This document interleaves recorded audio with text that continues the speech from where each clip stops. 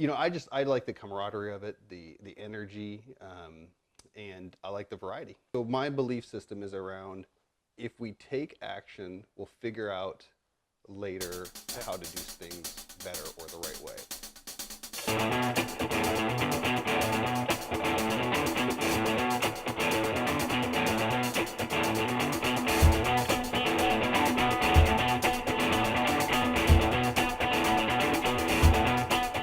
Hey, it's Ian Weiberg from IanFitness, Seattle's #1 weight and fat loss experts, and we are here with the Inside Look Show, episode number 11, we believe, with Tony. Thank you so much for being a guest, and I just want to kick it right over to you from the start. Right on. And tell us, how long you've been at IanFitness, Okay. and if you can think that far back, what brought you in to begin with, and kind of how it all started. Yeah, I think it's been a little over 3 years. Okay. I don't know the exact timeline it was. Yeah. And so I called you up or messaged you. I can't remember how I first contacted you. For me, I always had fitness as part of my life. Yeah. And when I moved up to Seattle, I kind of stopped going to the gym. Yeah. I didn't really have a place that I like to go to. I'm a big believer in accountability.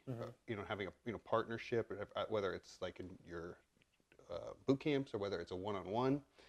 And I hadn't found that.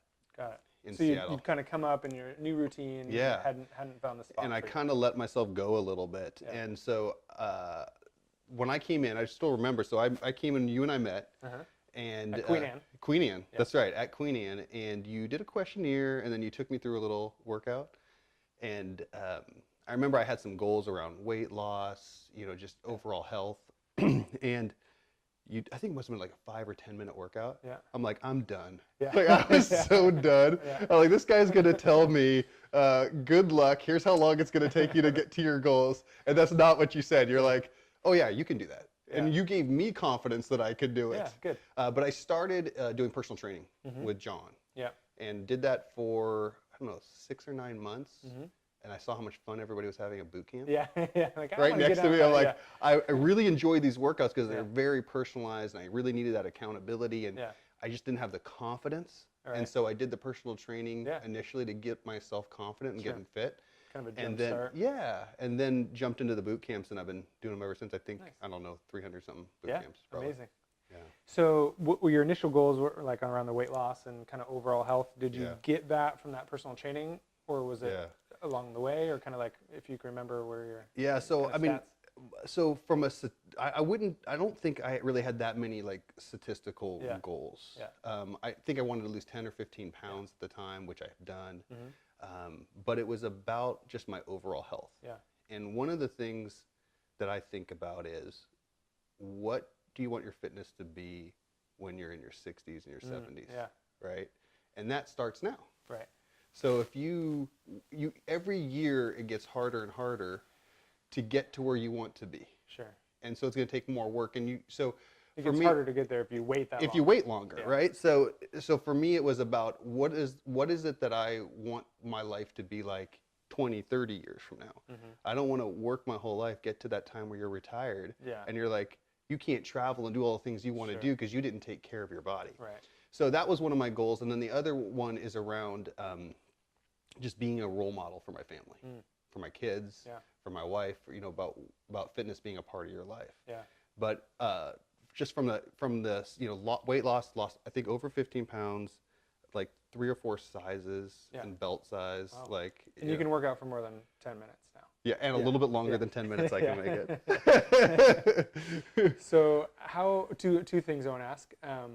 Once you kind of got into that routine, doing the personal training, how did things shift in your life, having that new kind of fitness level, or kind of returning back to where you wanted to be? Was the first one. And the second one is, you mentioned prioritizing fitness for your family. Like, how do they see that? How does it manifest itself, like in the day-to-day life, and kind of where and how do they see that?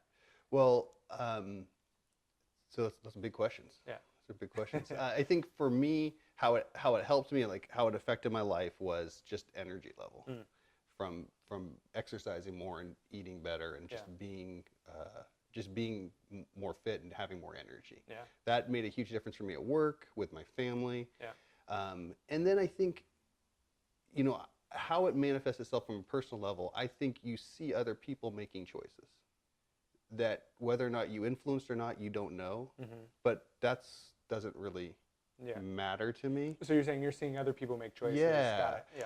And it's for me in my work too. So I'm in a leadership role with my work, and people notice. They see that you're getting healthier. They see that you're losing weight. They see that you're, maybe doing some other things fitness-wise outside of just the gym, whether you're doing events or other things, and it motivates them and inspires them to do something. Yeah.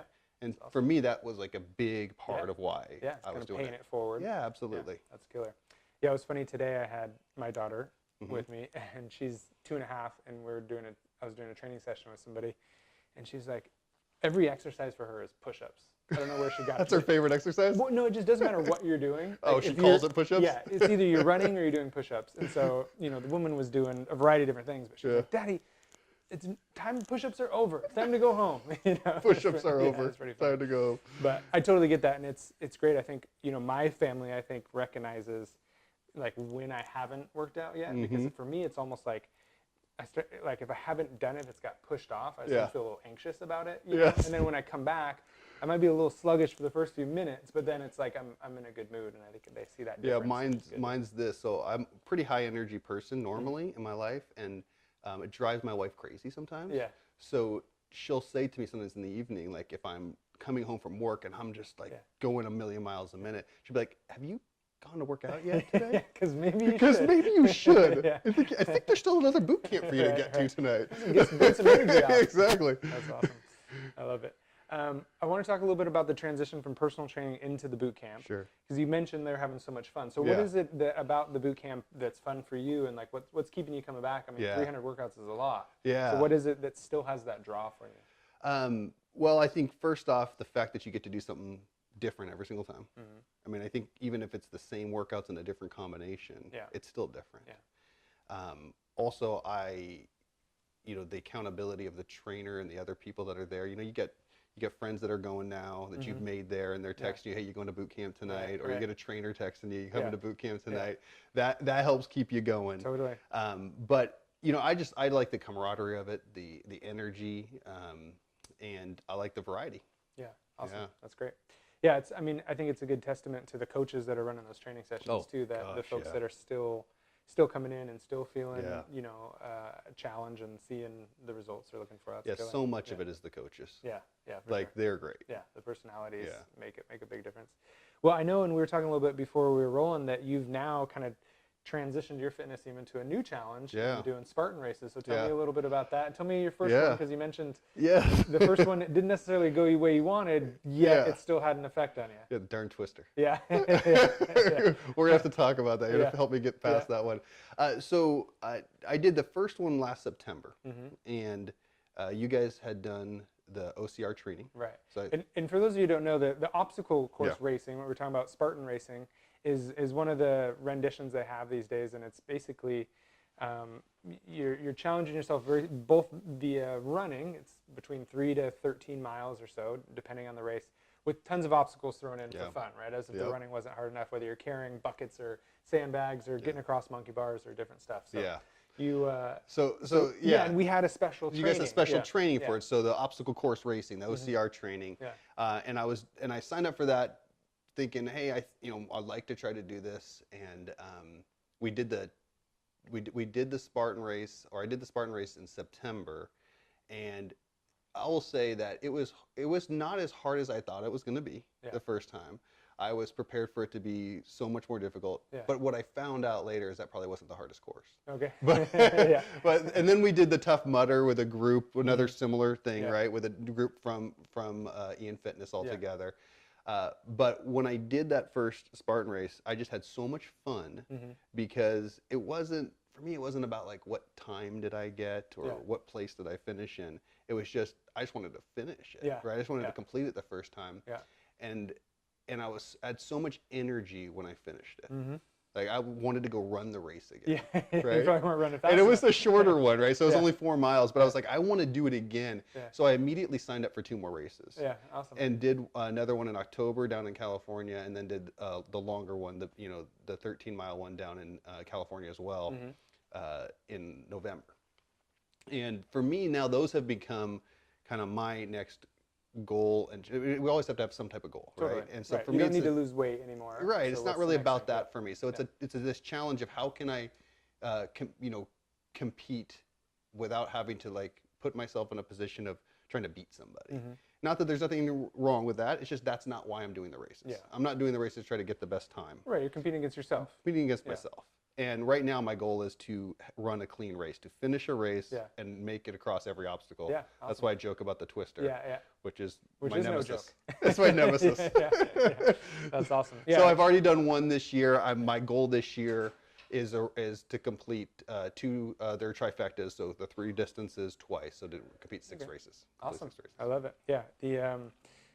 It's a really fun challenge. I enjoy doing them as well, obviously. And for me, it's like it does give me that artificial deadline of when a race is coming up to train for. Because somebody, I've played soccer and kind of different pieces that were always a season or an off season. That's right. And then to have something coming up on the horizon on a day that you might not work out as hard as you normally do, you know that you're going to get your butt kicked if you're not prepared. You've set like, you set like an annual goal with many things. I mean, people do that, whether it's a business or personal life, and that doesn't always, sometimes the goal's too far out. Yeah, for sure. You won't put in the urgency and the work to get to that result. And then that's why, sales organizations have great time, production in November and December, because they're trying to meet their urgency. So if you can create that urgency constantly, it keeps you motivated to do the things you need to do now. Yeah, totally. And then also, those big goals where it's like people are trying to lose 100 pounds. It seems like such a big thing, but like just try to lose 10 pounds. Yeah. And then it brings it down. So that's good. Yeah.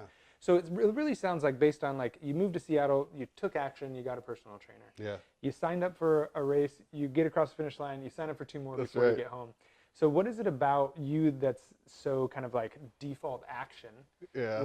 Because it's such an important thing for a lot of people are missing, right? Because so many people fall into like the knowledge trap where they collect all the knowledge but they don't take action. Yeah. Or what I say is they drowned in the motion of it, right? Like I know a lot of people who have some good friends that are super smart and like ready to rock on starting a business. Yeah. But all they want to do is talk about it or plan for the business, but they never go for it, right? Yeah.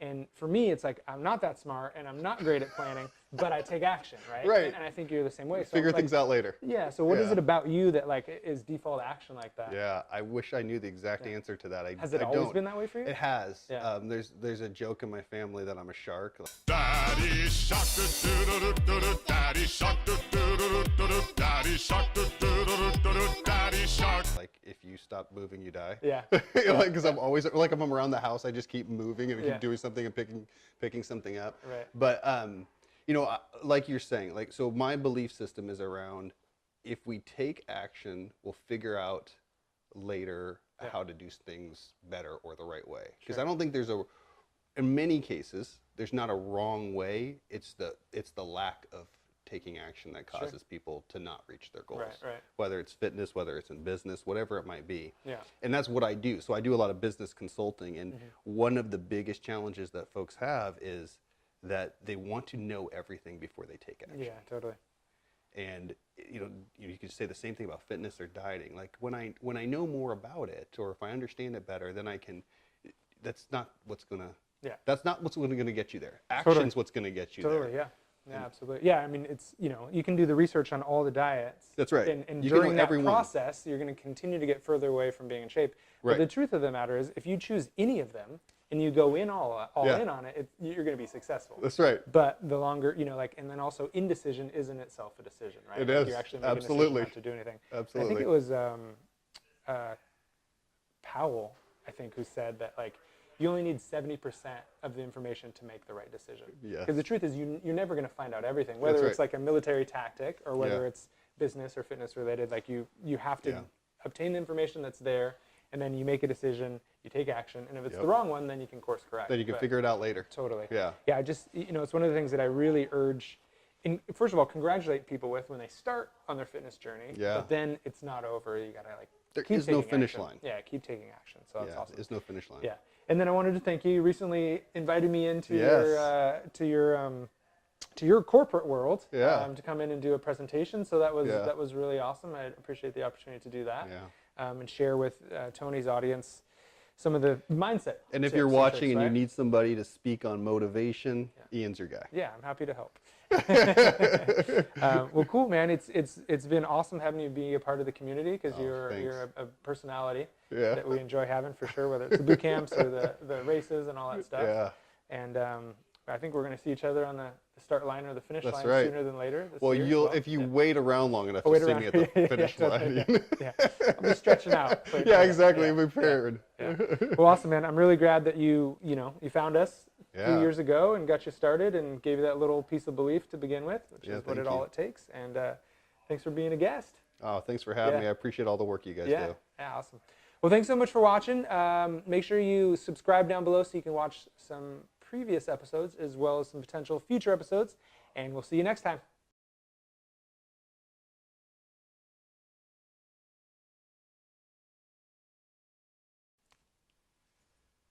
All right. All right.